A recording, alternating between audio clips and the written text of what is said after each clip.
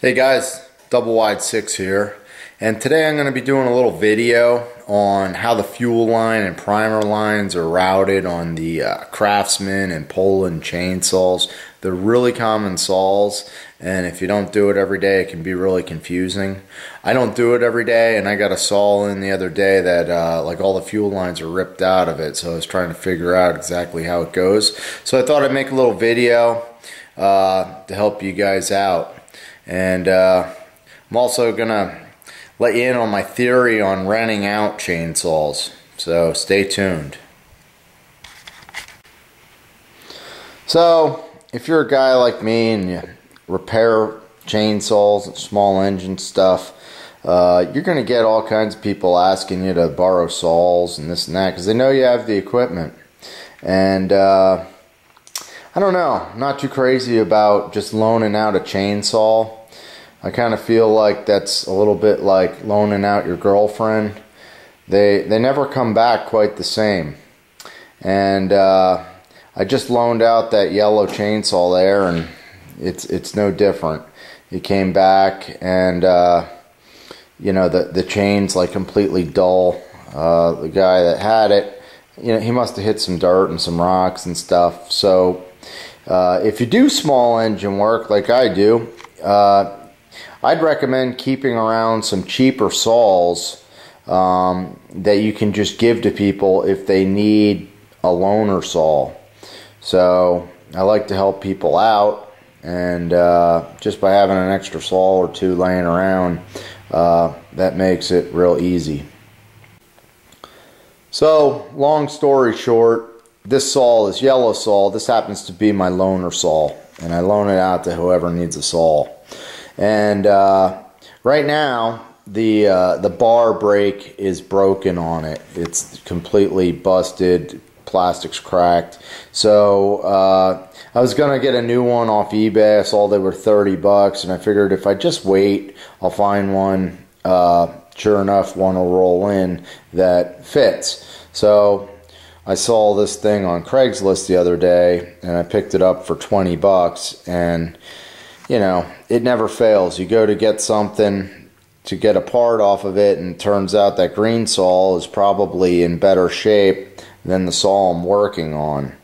But anyhow, I think I wound up fixing that green saw. I didn't get it back together yet, and that doesn't leave me with any parts for this yellow saw, because what I was going to do is just grab some parts, and as you can see, I already put the green thing on there, the brake and cover, and I have the stop up top, that black thing, and they do fit. They're slightly different, but anyhow, it does fit the saw and it does work. But the problem is I'm going to end up putting it back on this saw. So anyhow, I guess I'll have two saws when I'm done, and I'm still going to have to get another brake, so whatever. So this is a Poulan chainsaw, and it's the same as a lot of Craftsman models. And basically, first of all, the thin fuel line, that's the one that goes into the tank and has the fuel filter on it. So this thin green line goes through this compartment into the gas tank, and on the other end there's a fuel filter. And this line is going to run up, and it's going to connect to the carburetor. And if we take a look at our carburetor, let me find it. So here's a look at the carburetor, and up top, the part with the one screw where it says Walbro, that's going to be your fuel pump. So the fuel pump side is the side that sucks the fuel from the fuel line. So that small greenish yellow line is going to go right to that inlet. So that'll be the first thing I hook up. Now I should note that on this chainsaw there's an external primer.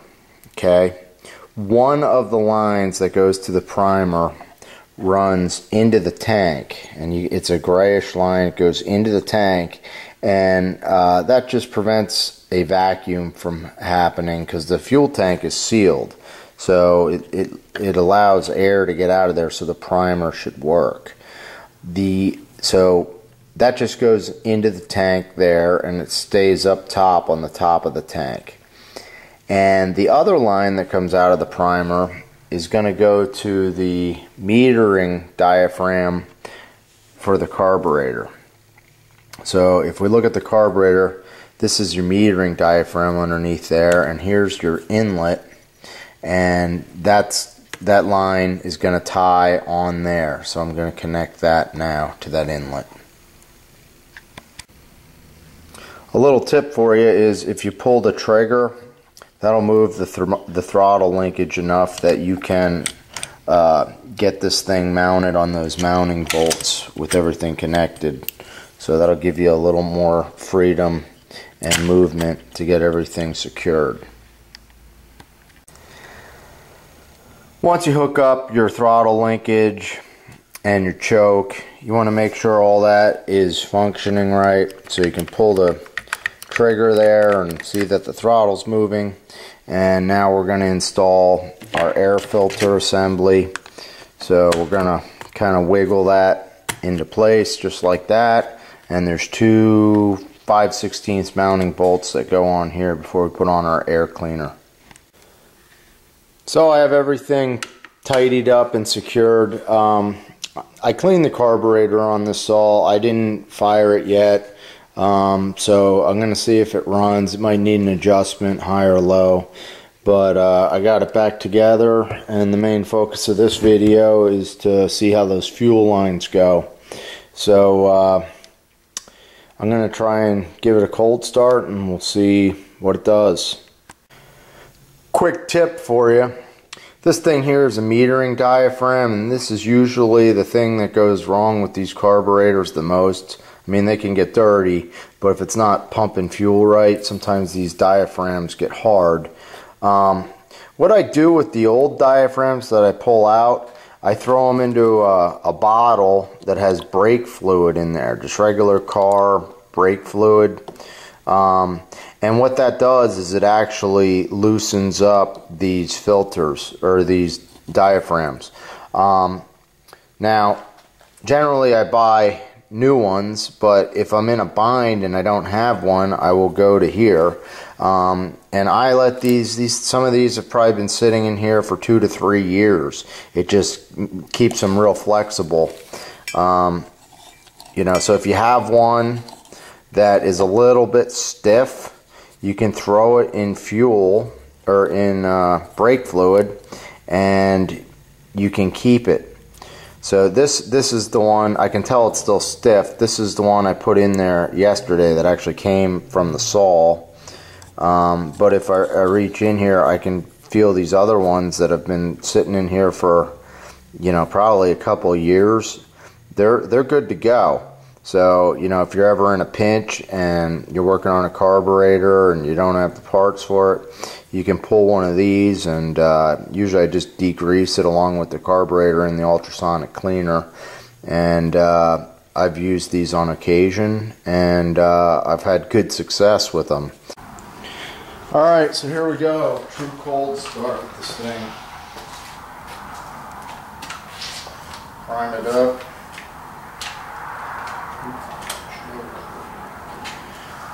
See what we do.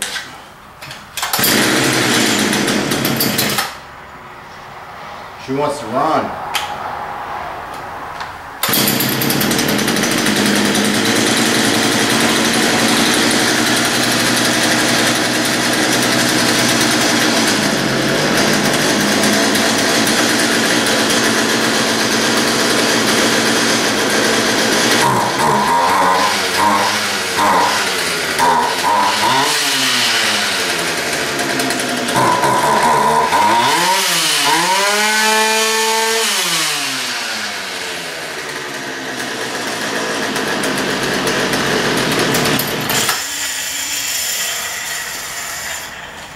I don't want to run it too hard without the bar on and chain, but it's going to need a little fine tuning. But yeah, I was surprised it started right up, so that's a good sign.